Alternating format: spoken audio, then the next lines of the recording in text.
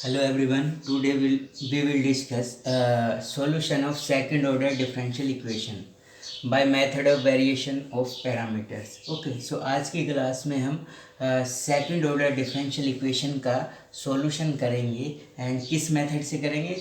Method of variation of parameters. तो variation of parameters method से हमने सेकंड ऑर्डर की डिफरेंशियल इक्वेशन को सॉल्व करना है आज. ठीक है. तो देखिए, सबसे पहले तो हम सेकंड ऑर्डर की जो डिफरेंशियल इक्वेशन होगी वो आप जानते हैं. स्टैंडर्ड फॉर्म क्या होती है उसकी? d2y/dx2 plus p/dy/dx plus qy equal to r. सो ये सेकंड ऑर्डर की डिफरेंशियल इक्वेशन होती है, उसकी स्टैंडर्ड फॉर्म होती है. And here p q and r are the function of x. x means जो यहाँ पर इंडिपेंडेंट वेरिएबल है. तो इस टाइप की सेकंड ऑर्डर की डिफरेंशियल इक्वेशन हमें मिलेगी और हमें उसे वेरिएशन ऑफ पैरामीटर्स से सॉल्व करना है. ठीक है. तो देखिए, इसका वर्किंग रूल समझेंगे पहले हम कि कैसे कैसे किन स्टेप्स में हम वेरिएशन ऑफ पैरामीटर्स मेथड्स में क्या क्या स्टेप्स को हमें फॉलो करना है और सेकंड ऑर्डर की जो डिफरेंशियल इक्वेशन होगी उसे कैसे हमें सॉल्व करना है. ठीक है. तो देख लेते हैं, इसका वर्किंग रूल देख लेते हैं पहले. ठीक है.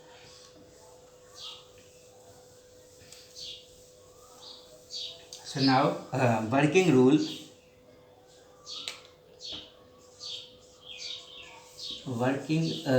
of variation of parameters. So ठीक है.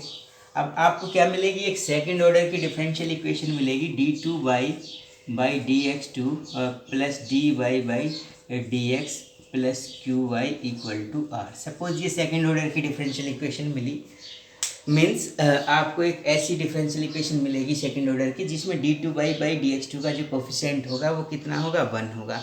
अगर ये कोफिशिएंट d2y/dx2 का 1 नहीं होता है देन पहले आप इस कोफिशिएंट को 1 बनाएंगे. देन उसके बाद इस जो डिफरेंशियल इक्वेशन आपको गिवन होगी उसके में d2y/dx2 का जो कोफिशिएंट होगा उसे 1 बनाएंगे. देन उसकी कंपेयर आप इस डिफरेंशियल इक्वेशन से कर देंगे तो आपको पी क्यू और आर की वैल्यू मिल जाएगी. कहने का मतलब जो फर्स्ट स्टेप होगा आपका, स्टेप फर्स्ट जो होगा इस मेथड का, उस स्टेप में क्या करना होगा आपको? मेक द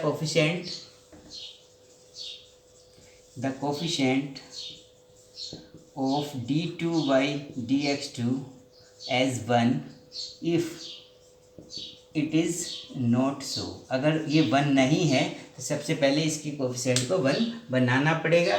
देन जब ये 1 बन जाएगा तो देन आपको कंपेयर कर देनी है स्टेप 2 में. कंपेयर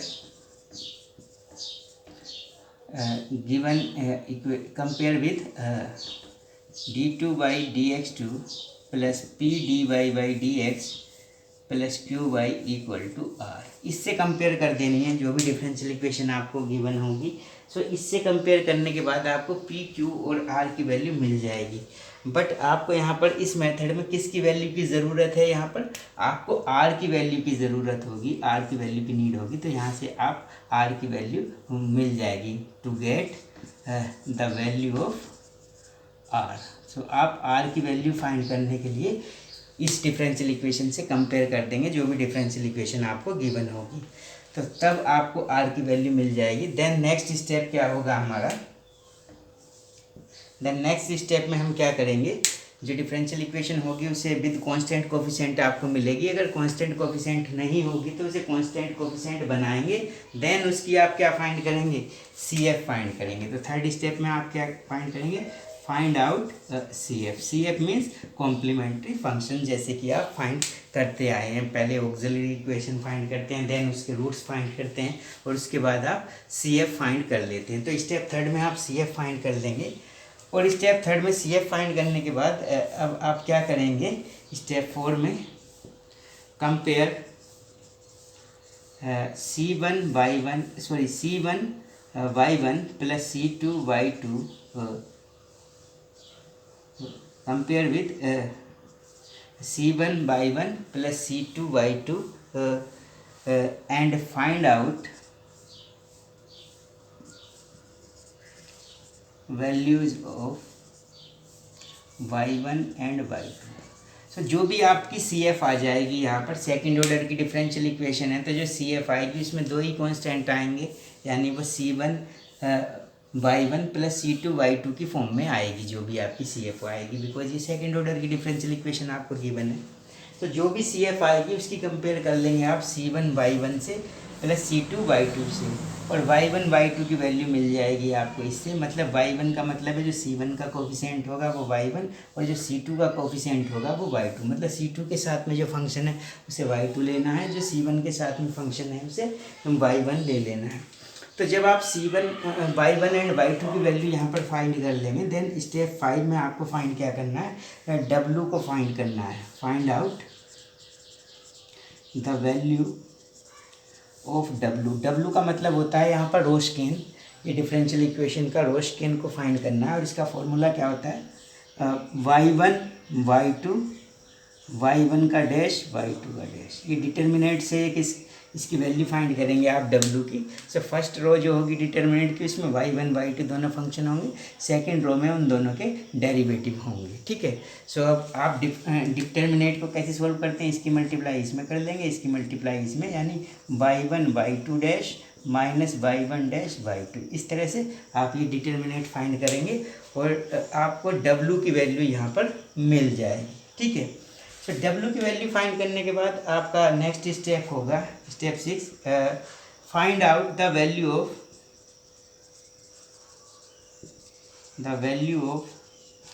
U एंड V की आपको वैल्यू फाइंड करनी होगी यहाँ पर। U and V new variables होंगे आपके। सो U का जो फॉर्मूला होगा वो यूज़ करेंगे आप। U इज इक्वल टू होगा minus y2 r upon W dx, and V का जो फॉर्मूला होगा वो होगा y1 r upon W dx, ठीक है। सो y1 आपको यहाँ पर मिल चुका होगा स्टेप थर्ड में, y1 y2 यहाँ पर मिल जाएंगे। उन y1 y2 की वैल्यू यहाँ पर पुट करेंगे। r का मतलब ये है, ये जो डिफरेंशियल इक्वेशन की राइट हैंड साइड थी वो आप फर्स्ट स्टेप में ही, सेकंड स्टेप में r की वैल्यू फाइंड कर देंगे, तो r की वैल्यू यहाँ पर पुट कर देंगे। w की वैल्यू आप स्टेप 5 में आपको मिल जाएगी। तो यहाँ पर ये वैल्यूज़ को पुट करके आप उनका इंटीग्रल करने के बाद u एंड v की वैल्यू फाइंड करेंगे, ठीक है। तो u की वैल्यू में यहाँ नेगेटिव साइन होता है, याद रखना। v में पॉजिटिव होता है, u में y2 होता है, यहाँ पर v में y1 होता है, ठीक है। सो जब u एंड v आपको मिल जाएंगे, देन नेक्स्ट स्टेप होगा आपका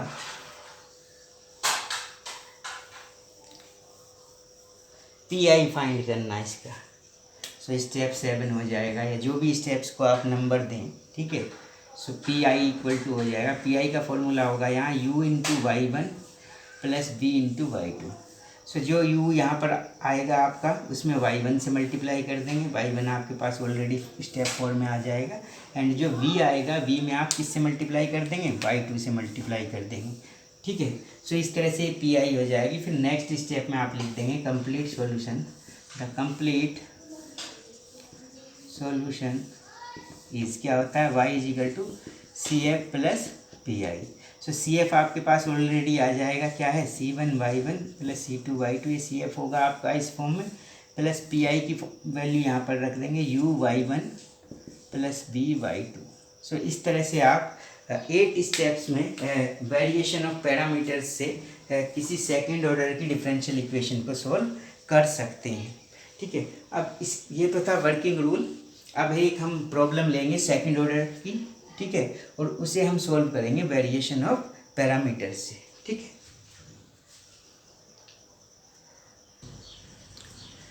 तो देखिए अब हमारे पास एक प्रॉब्लम है, use variation of parameters method to solve d2y by dx2 plus y equal to cosec x।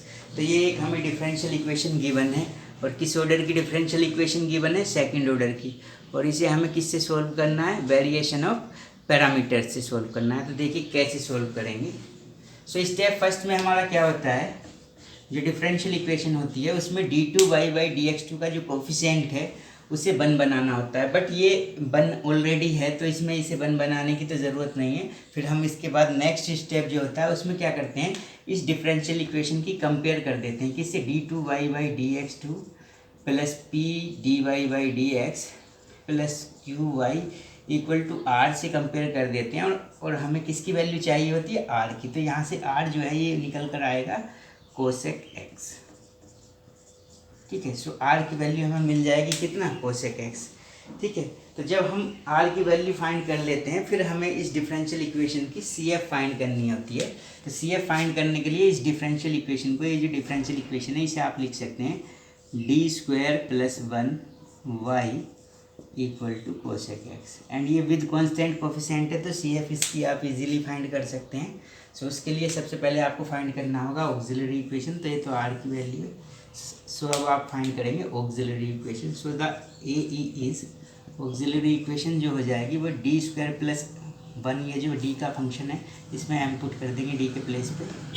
So M की वैल्यूज़ मिलेंगी आपको 0 प्लस माइनस आयोटा।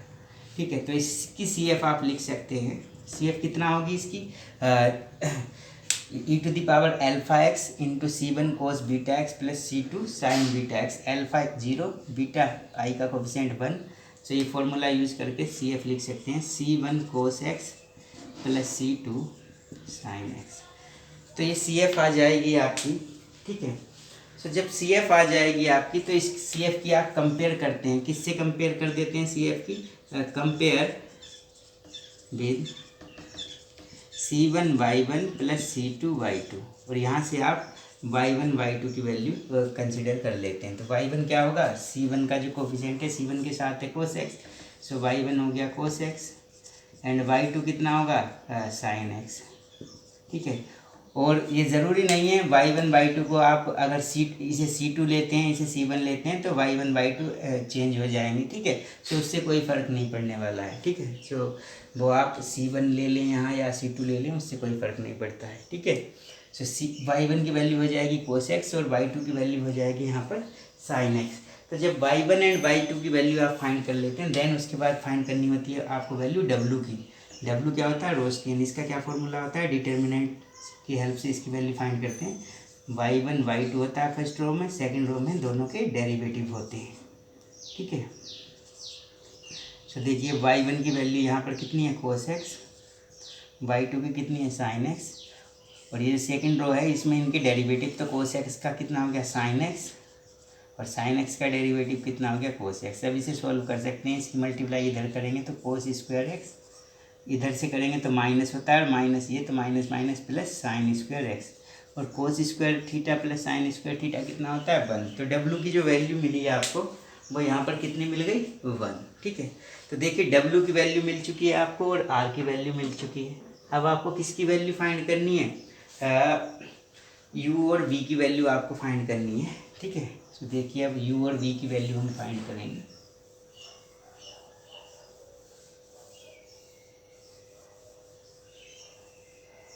आर मिला है आपको कोसेक एक्स, इसे यहाँ पर लिख लेते हैं बिकॉज इसकी ज़रूरत पड़ेगी बाद में।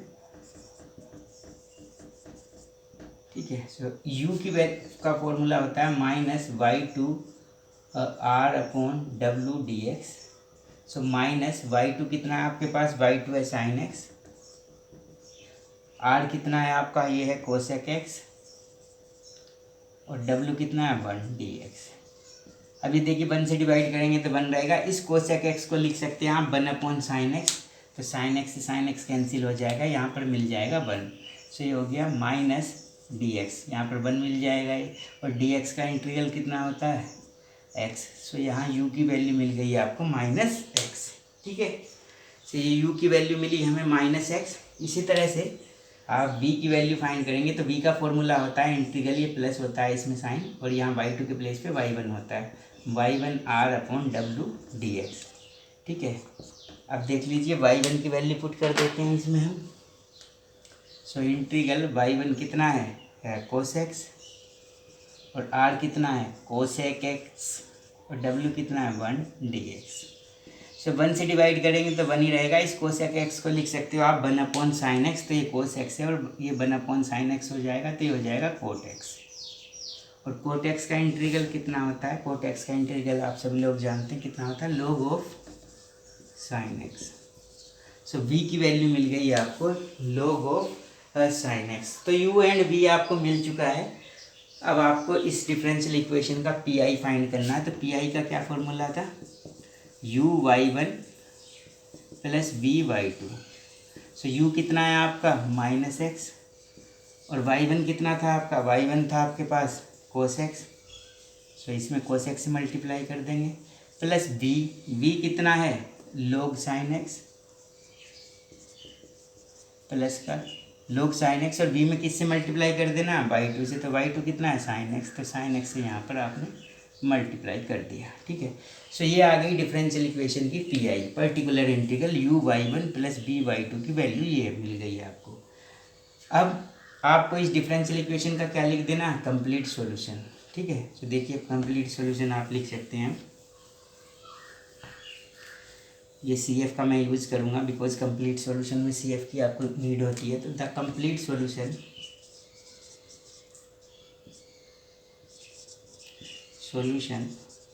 इज क्या होता है, y equal to C F plus P I होता है। ठीक है,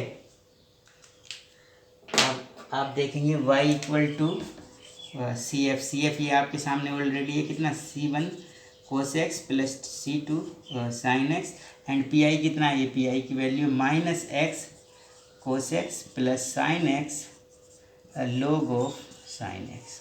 ओके, सो ये डिफरेंशियल इक्वेशन का कंप्लीट सॉल्यूशन आ गया है, आपकी जो प्रॉब्लम है उसका कंप्लीट सॉल्यूशन आपको मिल गया। y is equal to C one cos x plus C two sine x minus x cos x plus sine x log of sine x. ठीक है, तो इस तरह से वेरिएशन ऑफ पैरामीटर मेथड से हम किसी सेकंड ऑर्डर की जो डिफरेंशियल इक्वेशन है उसे सोल्व कर सकते हैं। और आप देख सकते हैं कि ये सेकंड ऑर्डर की डिफरेंशियल इक्वेशन थी, तो कितने कांस्टेंट आएंगे, 2 कांस्टेंट आएंगे C1 एंड C2। तो यहाँ पर C1 एंड C2 आपको 2 कांस्टेंट मिल चुके हैं, इसलिए हम यहाँ पर इंटीग्रल करते टाइम कांस्टेंट ऐड नहीं करते, बिकॉज हमें डिफरेंशियल इक्वेशन के सॉल्यूशन में 2 कांस्टेंट मिलेंगे और वो CF से ही मिल जाएंगे हमारे पास C1 और C2। सो इसलिए हम यहाँ पर कोई कांस्टेंट ऐड नहीं करते हैं। ठीक है, सो इस तरह से वेरिएशन ऑफ पैरामीटर का यूज़ करके हम किसी सेकंड ऑर्डर की डिफरेंशियल इक्वेशन को सोल्व कर सकते हैं। ठीक है, कैसे करेंगे, सबसे पहले हम d2/dx2 के कोफिशिएंट को 1 बनाते हैं, देन उसके बाद r की वैल्यू फाइंड करते हैं, फिर r की वैल्यू फाइंड करने के बाद CF फाइंड करते हैं, CF को C1/1 प्लस C2/2 से कंपेयर कर देते हैं, y1/2 की वैल्यू फाइंड करेंगे, उसके बाद W की वैल्यू फाइंड करेंगे, W के बाद UV की वैल्यू फाइंड करेंगे, एंड UV की वैल्यू फाइंड होने के बाद PI का ये फॉर्मूला अप्लाई करेंगे तो PI आ जाएगा, और फिर कंप्लीट सॉल्यूशन के लिए CF प्लस PI करेंगे, दोनों का सम करेंगे। तो CF हमारे पास ऑलरेडी होगा, PI इस फॉर्मूले से आ जाएगा, दोनों की वैल्यू इसका सम कर देंगे, तो हमें इस तरह से जो डिफरेंशियल इक्वेशन गिवन होगी उसका सॉल्यूशन मिल जाएगा। किस मेथड से, वेरिएशन ऑफ पैरामीटर्स मेथड से। ओके, सो इस तरह से हम सेकेंड ऑर्डर की डिफरेंशियल इक्वेशन को वेरिएशन ऑफ पैरामीटर से सोल्व कर सकते हैं। ओके।